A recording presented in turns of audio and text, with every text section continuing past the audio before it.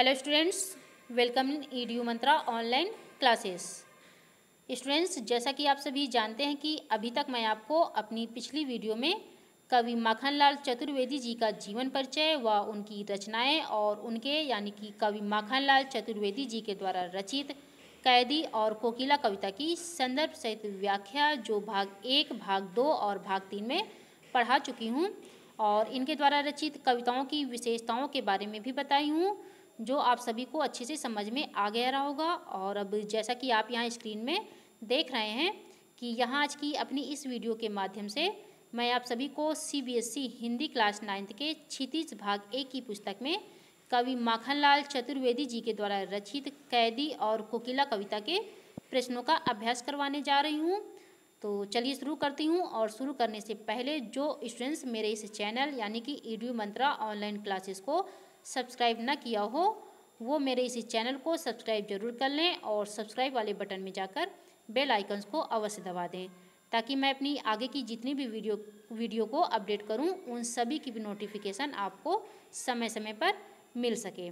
ठीक है, तो स्टूडेंट्स जैसा कि आप यहाँ स्क्रीन में ये देखिए, जैसा कि आप यहाँ स्क्रीन में देख रहे हैं, यहाँ पर कवि माखनलाल चतुर्वेदी जी के द्वारा रचित कैदी और कोकिला कविता के प्रश्न दिए गए हैं और आज मैं आपको इन्हीं प्रश्नों का अभ्यास करवाने जा रही हूँ। और इन प्रश्नों का अभ्यास करवाने से पहले यहाँ मैं आप लोगों से कहना चाहूँगी, ख़ास तौर से उन स्टूडेंट्स से जो मेरे इस चैनल में अभी नए हैं और जिन्होंने मेरी इसके पहले की वीडियो को नहीं देखा है, वो मेरे इस चैनल को सब्सक्राइब कर मेरी इसके पहले की वीडियो को एक बार ज़रूर देखें ताकि आज जो मैं कवि माखनलाल चतुर्वेदी जी के द्वारा रचित कैदी और कोकिला कविता के प्रश्नों का अभ्यास करवाने जा रही हूँ वो सारे प्रश्नों के उत्तर आप सभी को भी आसान लगे। ठीक है, तो स्टूडेंट्स मेरी आज की इस वीडियो को शुरू से अंत तक जरूर देखिएगा और ध्यान से सुनिएगा। तो जैसा कि इसमें पहला प्रश्न दिया गया है, कोयल की कूक सुनकर कवि की क्या प्रतिक्रिया थी? तो इस प्रश्न का उत्तर यह होगा कि कोयल की कूक सुनकर कवि को ऐसा लगता है जैसे कोयल उसके लिए कोई महत्वपूर्ण संदेशा लेकर आई हो अथवा उसकी कोई व्यवस्था हो सकती है, इसलिए कोयल ने सुबह होने का भी इंतजार नहीं किया, अन्यथा वह असमय या अर्धरात्रि को इस प्रकार न कूकती या फिर न चिल्लाती। तो ये था पहले प्रश्न का उत्तर। और अब दूसरा प्रश्न है, कवि ने कोकिल के बोलने के किन कारणों की संभावना बताई है? तो कवि ने कोकिल या कोयल के बोलने की कई संभावनाएं बताई है, जैसे कि कोयल अर्थात कोकिल शायद किसी का संदेश हम तक पहुंचाना चाहती है और इसके अतिरिक्त उसने यानी कोयल ने किसी दावानल की लपटें या जंगल में लगी आग अर्थात क्रांतिकारियों की ज्वालाएं देख ली है जिससे बावली होकर वह चीख रही है। और इसके अतिरिक्त कवि अनुमान लगाते हैं कि कोयल के मन में कोई अवश्य महत्वपूर्ण बात या संदेश होगी, इसलिए वह सुबह तक का इंतजार नहीं किए। और कवि आगे संभावना जताते हुए कहते हैं कि कोयल क्रांतिकारियों अर्थात स्वतंत्रता सेनानियों के अंदर देश प्रेम की भावना को और मजबूत बनाने आई है। ठीक है, तो ये दूसरे प्रश्न का उत्तर भी पूरा होता है। और अब तीसरा प्रश्न पढ़ती हूँ और तीसरा प्रश्न है, किस शासन की तुलना तम के प्रभाव से की गई है और क्यों? तो कवि ने यहाँ अंग्रेजी शासन की तुलना तम का अर्थ होता है अंधकार। ठीक है, तो यहाँ अंग्रेजी शासन की तुलना तम के प्रभाव से की गई है क्योंकि अंग्रेज शासन प्रणाली अन्यायपूर्ण थी और ब्रिटिश शासन का स्वरूप भी अंधकार की भांति कालिमा से युक्त है, जिसके कारण वे हमारे देशवासियों पर अनेक प्रकार के जुल्म कर रहे थे और भारत की स्वतंत्रता के लड़ने वालों को चारों ओर अंधकार ही अंधकार दिखाई दे रहा था। यानी कि ब्रिटिश शासन की क्रूरता और अन्याय भारतीयों के लिए एक अभिशाप सा बन चुका था। ठीक है, और अब अगला यानी चौथा प्रश्न। और चौथा प्रश्न है, कविता के आधार पर पराधीन भारत की जेलों में दी जाने वाली यंत्रणाओं का वर्णन कीजिए। तो इस प्रश्न का उत्तर यह होगा कि कविता के आधार पर पराधीन भारत की जेलों में दी जाने वाली यंत्रणाओं का वर्णन करते हुए हम यह कह सकते हैं कि तत्कालीन समाज में अंग्रेजों द्वारा भारतीय कैदियों को तरह तरह की यातनाएं दी जाती थी, जैसे कि कैदियों से पशुओं की तरह काम करवाया जाता था, उन्हें अंधेरी कोठरियों में कैदियों को जंजीरों से बांध कर रखा जाता था और कोठरियाँ भी बहुत छोटी अर्थात केवल 10 फुट की ही होती थी और कैदियों को पेट भर ना तो खाना और ना ही पीने के लिए जल ही दिया जाता था। और इसके अतिरिक्त क्रांतिकारियों को चोर लुटेरे और डाकुओं के साथ रखा जाता था तथा कड़ी धूप में पत्थर तोड़ने पर मजबूर भी किया जाता था। ठीक है, और उनके ऊपर कोड़े मारकर शरीर जख्मी कर दिया जाता था, अर्थात कैदियों से कठिन श्रम से मोट खिंचवाना, कोल्हू चलवाना, श्रमिक की भांति दिन भर कार्य कराना और किसी से मिलने जुलने की इजाज़त न देना आदि अनेक अवर्णनीय कष्ट दिए जाते थे। तो ये था चौथे प्रश्न का उत्तर। और अब अगला प्रश्न पढ़ती हूँ और अगला प्रश्न यानी कि पाँचवां प्रश्न। और पाँचवां प्रश्न है, देखिए पाँचवां प्रश्न है भाव स्पष्ट कीजिए, जिसमें पहला है मृदुल वैभव की रखवाली सी कोकिल बोलो तो, और दूसरा है हूँ मोट खींचता लगा पेट पर जुआ, खाली करता हूँ ब्रिटिश अकड़ का कुआं। तो स्टूडेंट्स, पहले तो मैं यहाँ आप सभी को बता दूँ कि ये जो कविता की 2 पंक्तियाँ यहाँ दी गई हैं, ये पंक्तियाँ कवि माखनलाल चतुर्वेदी जी के द्वारा रचित कैदी और कोकिला कविता से ली गई है। और जैसा कि मैंने अपनी इसके पहले की वीडियो में इन 2 पंक्तियों को अच्छे से समझा भी चुकी हूँ और पंक्ति में आए हुए कठिन शब्दों के अर्थ को भी स्पष्ट करवाई हूँ, इसलिए ये प्रश्न आपको इतना कठिन नहीं लग रहा होगा। और जिन्होंने मेरी पिछली वीडियो को नहीं देखे हैं उन्हें शायद ऐसे प्रश्नों के उत्तर को समझ पाना काफ़ी मुश्किल होता है। तो चलिए पाँचवें प्रश्न को भी एक बार फिर से स्पष्ट करवा देती हूँ। और पाँचवा प्रश्न है भाव स्पष्ट कीजिए, जिसमें पहला है मृदुल वैभव की रखवाली सी कोकिल बोलो तो। यहाँ पर आपको बता दूं कि मृदुल का अर्थ होता है कोमल या फिर मीठी आवाज़ और वैभव का अर्थ है संपत्ति या गौरवपूर्ण। ठीक है, और इसी पहले पंक्ति का भाव यह होगा कि मृदुल वैभव की रखवाली सी से कवि का तात्पर्य कोयल की मीठी सुरीली तथा मोहक आवाज़ से है, जिसके माध्यम से कवि कहते हैं कि आज के इस कष्टमय संसार में यदि कुछ मृदुलता और सरलता बची है तो वह कोयल की मधुर मीठी आवाज़ में ही बची है। परंतु जब वह वेदनापूर्ण आवाज़ से चीखती है या चिल्लाती है तो कवि उसकी इस वेदना का कारण जानना चाहते हैं। तो ये थी पहली पंक्ति। और अब पाँचवें प्रश्न के दूसरी पंक्ति का भी भाव स्पष्ट करवा देती हूँ। और दूसरी पंक्ति है हूँ मोट खींचता लगा पेट पर जुआ, खाली करता हूँ ब्रिटिश अकड़ का कुआं। तो यहाँ पर भी पहले आपको बता दूं कि मोट खींचना का अर्थ होता है चरस खींचना, अर्थात जेल में बैल की तरह छाती से फीता लगाकर चूना आदि को पीसना। और जुआ का मतलब है बैलों के कंधे पर रखी जाने वाली लकड़ी। और अब इस पंक्ति का भाव स्पष्ट करवा देती हूँ। जैसे कि इस दूसरे पंक्ति में कवि ने कैदी पर हो रहे अत्याचार के बारे में बताया है, जिसमें कवि कहते हैं कि अंग्रेज सरकार देश के स्वाधीनता सेनानियों से पशुओं की तरह काम करवाती थी, जिससे इन लोगों का स्वाभिमान और देश प्रेम की भावना खत्म हो जाए। परंतु सेनानी चुपचाप सारे अत्याचार को सहते हुए भी अपनी आज़ादी पाने की जिद पर अडिग रहते थे, जिससे अंग्रेज सरकार उन्हें अपने आगे झुकाने की सारी अकड़ असफल हो जाती थी।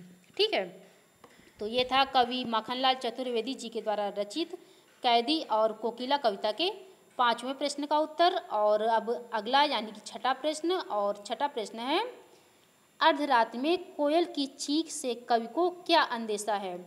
तो अर्धरात्रि में कोयल की चीख से कवि को विद्रोह के बीज उत्पन्न की आशंका लगती है, अर्थात सरल शब्दों में कहें तो अर्धरात्रि में कोयल के चीखने से कवि को अनेक अंदेशे होते हैं, जैसे कोयल पागल तो नहीं हो गई, या फिर शायद वह किसी कष्ट में है या कोई विशेष संदेश लेकर आई है, या फिर यह भी हो सकता है कि वह क्रांतिकारियों के दुख से द्रवित होकर चीख रही है। ठीक है, तो इस प्रकार कवि को अर्धरात्रि या आधी रात में कोयल के चीखने या चिल्लाने के कई अंदेशे हो सकते हैं। और अब सातवां प्रश्न है कवि को कोयल से ईर्ष्या क्यों हो रही है?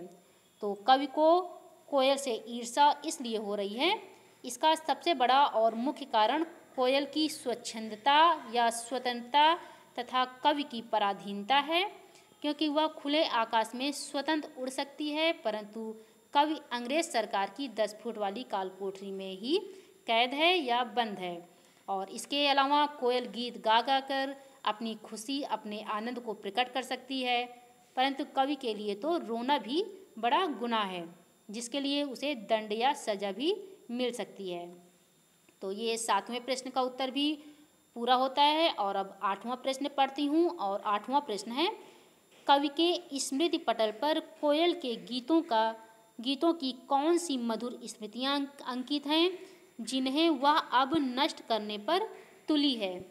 तो यहाँ इस 8वें प्रश्न का उत्तर यह होगा कि कवि के स्मृति पटल पर कोयल के गीतों की चमकीली तथा वाहवाही भरी मधुर स्मृतियाँ अंकित हैं। इन्हें ही स्वतंत्रता रूपी संकट सागर पर तैराकर वह नष्ट करने पर तुली है। या फिर इस प्रश्न के उत्तर को इस प्रकार भी समझ सकते हैं, जैसे कवि की स्मृति पटल पर कोयल के गीतों की कुछ मधुर स्मृतियाँ अंकित हैं, जैसे कि कोयल हरी भरी डालियों पर बैठकर अपनी मधुर स्वर में या अपनी मधुर वैभवशाली आवाज़ से संपूर्ण सृष्टि को अलंकृत करती है और उसके मधुर गीतों से उसकी खुशियाँ झलकती हैं। वह स्वतंत्रतापूर्वक अपना गीत गाती हैं तथा स्वतंत्र रूप से आकाश में विचरण करती हैं या घूमती हैं, परंतु अब वह अर्धरात्रि में कूक कर अपनी इन विशेषताओं को नष्ट करने पर तुली है। तो इस प्रकार से देखा जाए तो वह यानी कोयल बावली सी प्रतीत हो रही है। तो ये था 8वें प्रश्न का उत्तर। और अब 9वां प्रश्न। और 9वां प्रश्न है, हथकड़ियों को गहना क्यों कहा गया है? तो यहाँ पर जैसा कि कवि के लिए लोहे की हथकड़ियाँ या गहने या फिर आभूषणों के समान, ठीक है, आभूषण भी होता है, तो आभूषणों के समान अर्थात कवि ने हथकड़ियों की तुलना गहनों से की है, क्योंकि स्वतंत्रता की लड़ाई लड़ रहे सेनानी हथकड़ियों को ही अपना आभूषण मानते थे तथा कवि अंग्रेज सरकार द्वारा पहनाई गई उन बेड़ियों को बंधन नहीं समझते हैं और न ही वे किसी गलत कार्य के लिए ये बेड़ियां पहनी हैं। यह तो कैदी कहते हैं कि यह तो ब्रिटिश राज का प्रतीक है जो अंग्रेजों द्वारा पहनाया गया है, वे उनके लिए गौरव की बात है और इसीलिए कवि ने हथकड़ियों को गहना कहा है, ठीक है। और अब अगला यानी 10वां प्रश्न पढ़ती हूँ। और 10वां प्रश्न है, काली तू डैश डैश ए आली। इन पंक्तियों में काली शब्द की आवृत्ति से उत्पन्न चमत्कार का विवेचन कीजिए। तो यहाँ पर जैसा कि कवि माखनलाल चतुर्वेदी जी के द्वारा रचित कैदी और कोकिला कविता की पंक्ति दी गई है और पंक्ति है, काली तू डैश डैश ए आली। तो यहाँ पहले मैं आपको इसकी पूरी पंक्ति बता देती हूँ, ठीक है, ध्यान से सुनिएगा ताकि आपको इस प्रश्न का उत्तर अच्छे से समझ में आ जाए। और पंक्ति है, काली तू रजनी भी काली, शासन की करनी भी काली, काली लहर कल्पना काली, मेरी काल कोठरी काली, टोपी काली कमली काली, मेरी लौ श्रृंखला काली, पहरे की हुंकृत की ब्याली, तिस पर है गाली ए आली।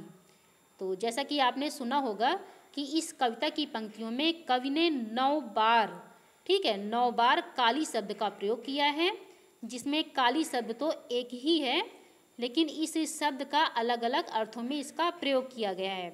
जैसे कहीं पर यह शब्द अंग्रेज सरकार के काले शासन को संबोधित कर रहा है, तो कहीं वातावरण की कालिमा और निराशा को उजागर कर रहा है। और इसके अतिरिक्त इस पंक्ति में देखा जाए तो इससे हिंदी भाषा की विशेषता और सौंदर्य का भी पता चलता है। जैसे एक ओर तो काली कोयल को सुंदर माना जाता है, ठीक है, और वहीं दूसरी ओर काल कोठरी की कालिमा को अच्छा नहीं माना जाता है। अर्थात इन पंक्तियों में कवि ने काले रंग की भयावहता का सटीक चित्रण किया है या फिर दिखाया है कि किस तरह से कालिमा हर ओर व्याप्त है। और इसके साथ ही साथ इस पंक्ति में अनुप्रास और यमक दोनों ही अलंकारों का प्रयोग किया गया है, क्योंकि यहाँ वर्णों या अक्षरों की आवृत्ति से अनुप्रास अलंकार है, तथा काली काली में जिसमें पहली कालिमा का अर्थ है रंग और दूसरी कालिमा का अर्थ कुव्यवस्था है, जिस प्रकार यहाँ यमक अलंकार भी है। तो ये 10वें प्रश्न का उत्तर भी आपका पूरा होता है। और अब 11वां प्रश्न है काव्य सौंदर्य स्पष्ट कीजिए, जिसमें पहली पंक्ति है किस दावानल की ज्वालाएं हैं दीखी, और दूसरी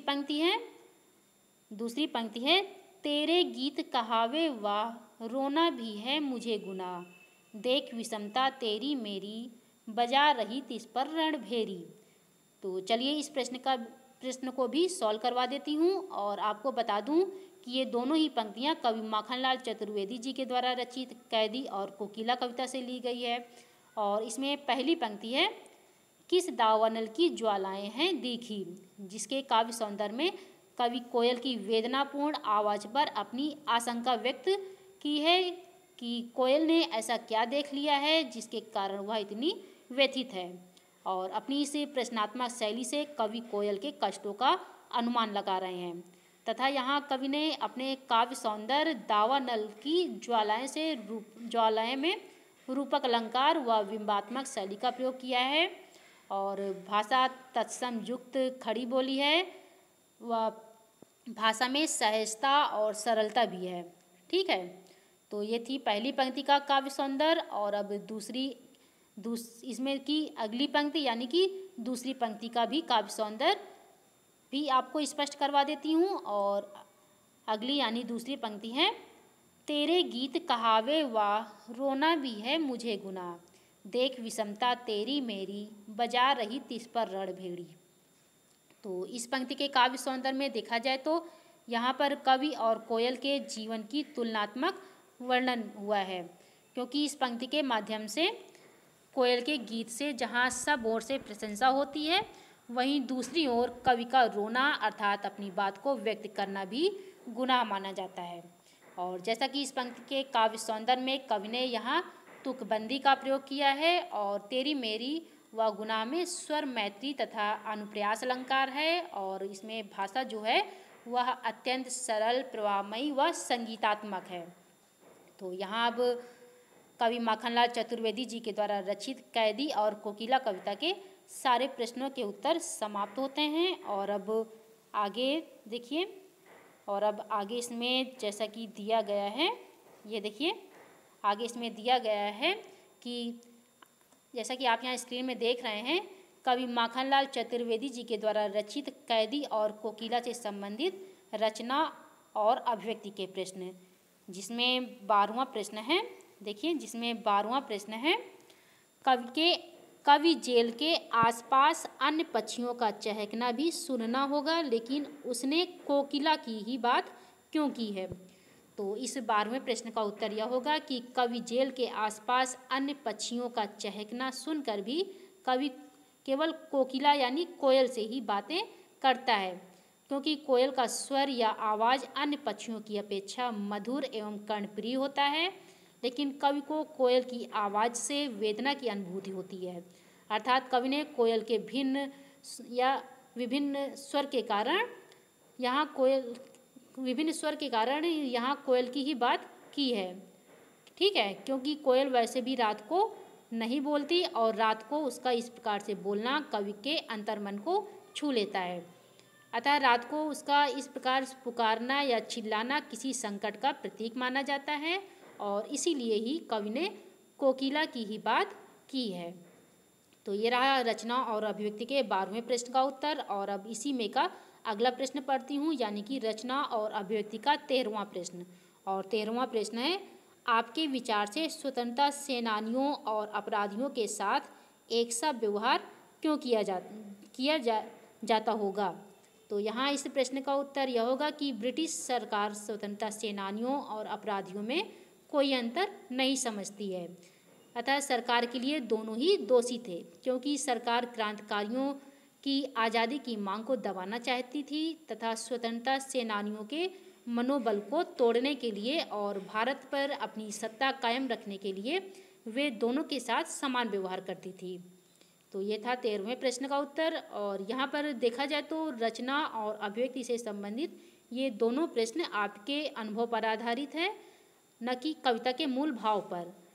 अतः देखा जाए तो इन ऐसे प्रश्न आप स्वयं के अनुभव के आधार पर भी कर सकते हैं। ठीक है। और अब आगे दिया है पाठ्येतर सक्रियता, जिसमें पहला पॉइंट है पराधीन भारत की कौन कौन सी जेलें मशहूर थी, उनमें स्वतंत्रता सेनानियों को किस किस तरह की यातनाएं दी जाती थी। इस बारे में जानकारी प्राप्त कर जेलों की सूची एवं स्वतंत्रता सेनानियों के नामों को राष्ट्रीय परुपर भित्ति पत्रिका के रूप में प्रदर्शित करें। और दूसरा पॉइंट है स्वतंत्र भारत की जेलों में अपराधियों को सुधार कर हृदय परिवर्तन के लिए प्रेरित किया जाता है। पता लगाइए कि इस दिशा में कौन कौन से कार्यक्रम चल रहे हैं। तो यहाँ मैं चाहूँगी कि इन प्रश्नों के उत्तर आप स्वयं से करें, क्योंकि ये प्रश्न इतना कठिन नहीं है, आप स्वयं से भी कर सकते हैं। ठीक है। और अब आगे देखिए, और अब आगे है, हाँ ये देखिए, यहाँ आगे मैं अभी तक जो कवि माखनलाल चतुर्वेदी जी के द्वारा रचित कविता कैदी और कोकिला से संबंधित प्रश्नों का जो अभ्यास करवाई हूँ, उन सभी प्रश्नों के उत्तर भी मैंने यहाँ स्क्रीन में दे रखी हूँ। आप चाहे तो अपनी सुविधा के अनुसार यहाँ देखकर भी पढ़ सकते हैं, और चाहे तो इसका स्क्रीनशॉट भी ले सकते हैं। ठीक है। ये देखिए, आपको इस लेसन से संबंधित सारे प्रश्नों के उत्तर यहाँ स्क्रीन में मिल जाएंगे। ये देखिए। ठीक है। और अब मैं अपनी आज की वीडियो को यहीं पर समाप्त कर रही हूँ। और यदि आप सभी को मेरी आज की यह वीडियो अच्छी लगी है तो इसे लाइक करें, सब्सक्राइब करें और अपने दोस्तों को भी शेयर करें। और अगले दिन मैं आपको इसके आगे का लेसन पढ़ाऊँगी। ठीक है। और मेरी पूरी वीडियो को देखने के लिए आप सभी को थैंक यू।